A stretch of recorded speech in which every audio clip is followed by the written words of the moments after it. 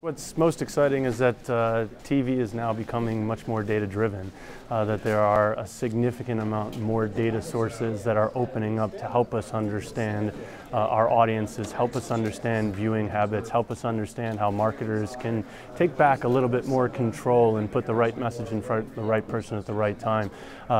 Digital used to be known as the data-driven medium because it had the addressability, the targeting, the measurement data that was at the fingertips. But now, with the release of set-top box, smart TV information, ad occurrence information, paired with the understanding of cross-screen affinity and response, we now finally have the ability to understand TV for all its power because we knew it had premium, brand-safe environment. Now we finally get to see just how far down the funnel TV actually goes. So Liz, could you explain to us a little bit how you work with programmers? I know there's an announced relationship with NBC Universal. We've spoken about that in the past, but for people who don't really understand what you guys do and where you sit in the ecosystem, particularly for the programmers, explain to us a little bit. Sure. So 4C has been data science at our core, and as TV has opened up more data, it was obvious for us to move into that realm, especially since we want to empower marketers to behave more like consumers, which is multi-screen, multi-formatted. And we now have thousands of ad buyers on our platform that are constantly looking to find their audience wherever, whenever they might be available to a brand message. And that's really appealing to the publishing side. They want to be able to leverage their inventory, their audiences, the value propositions that they have to be able to once again stand in front of the marketer and say, you should be putting more money into my platform, not less. So what we do is we bring the combination of our ad occurrence information, TV viewing information, social affinity information, pricing information, all package that up to enable marketers to have audience intelligence and audience buying. So they directly log into our software and they're able to now look at all the various marketplaces that we connect to and be able to grab their audience wherever, whenever they need to.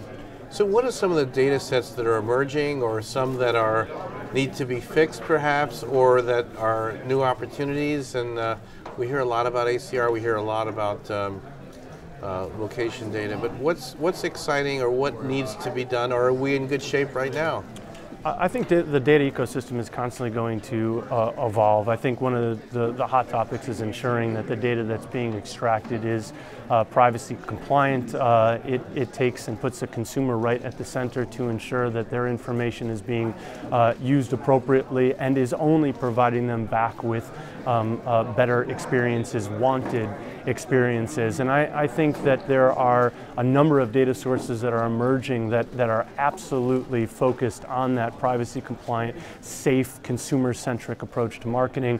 And that is just setting a baseline for understanding what consumers are doing and what they prefer. But we have to continue to make steps forward in being able to ensure that we can tell the marketers whether they're reaching 5 different people across 5 different touch points or one person across 5 different touch points.